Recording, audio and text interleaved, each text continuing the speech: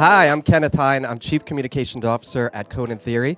And with me today, I have Randi Stipes, CMO of the Weather Company. Welcome. Hi, great to be here. So we're here in the Stagwell Speaker Content Studio. We're going to talk about the weather. So what's it like out there? I mean, I'm always game to talk about the weather.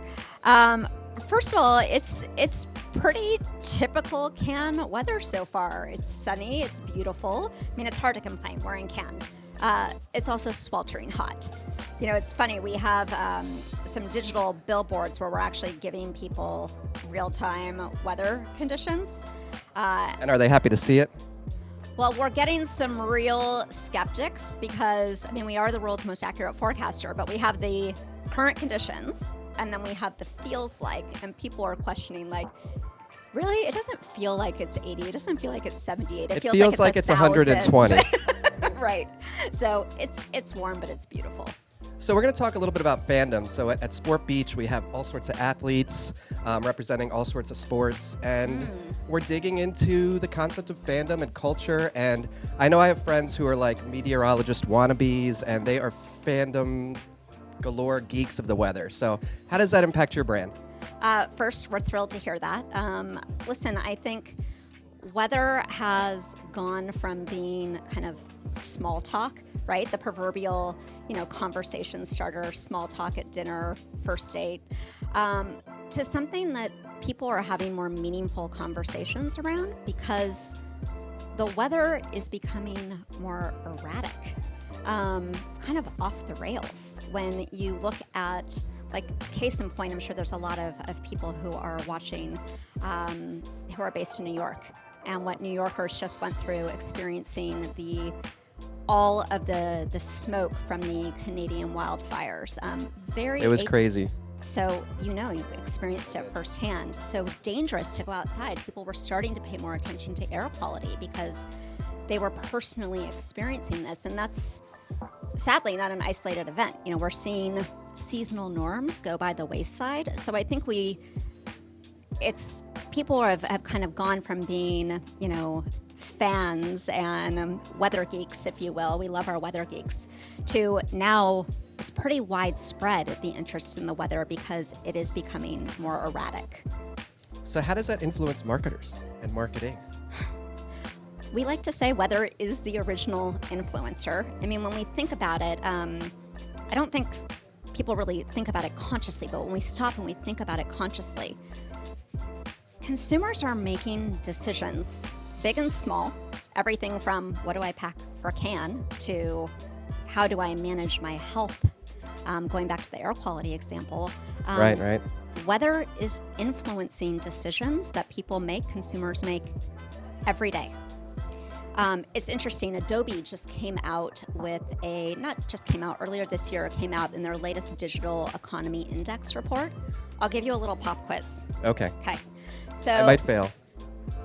I'm a betting woman. My money's on you. But so, guess how much was spent on Cyber Monday in the U.S. last year? I'm going to guess it was over $1 million. Okay, little high. I want to get it right. It's like The Price is Right. It's like over $1. Yes. 11.5 million spent on a single day online shopping. Adobe predicted that weather's influence is going to surpass that in 2023, over $13 million. So going back to your question in terms of how it relates to marketing, there are all of these insights that we can derive from weather and how it impacts consumers, what we buy, what we try. And so marketers really have an opportunity to better take advantage of those insights when they're determining how best to connect with consumers in a way that's relevant. Interesting. All right. That's a lot of money. The weather influences a lot of money. It's a lot of money. A lot of money being spent based on weather. So another big conversation all across, up and down the Croisette and within the Palais is digital transformation. Yeah. So how, your company, how is it going to transform what's happening now in the digital ecosystem? Well, I mean, where there is no weather. I feel, well, actually, I think that there will be weather, even looking at like the metaverse, where we've looked at, will there be a weatherverse? But, I think when we're looking at technology, when we're looking at kind of digital transformation, I'd be remiss if I didn't talk about AI. But I don't want to... Few people have talked about that here. I'm going to talk about it differently, I hope. Because I feel like already, it's officially day one of Cannes. There's a lot of buzz. There's a lot of interest. There's a lot of hype. We don't look at AI as a buzzword. First of all, meteorologists, so going back to your friends and the weather fans, meteorologists have long been using AI in atmospheric science and forecasting. It's foundational. It allows meteorologists to look at more locations faster. We can't do it with the tech alone, though. It actually takes humans working with the tech and augmenting that intelligence. We feel like we're pretty practiced in that. We have over 100 meteorologists, and that's why we're the world's most accurate forecaster. So it's about using AI purposefully. How can we go ahead and use it to hopefully free up more of the AI and machine learning? How can we go ahead and continue to use it to augment and perfect and inspire versus replace?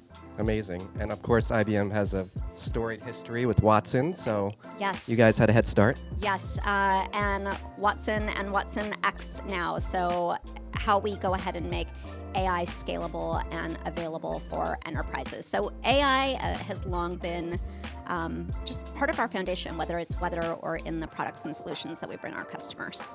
Awesome. Well, thank you very much. Yeah, my pleasure. And thank you for everybody who's been watching. More to come.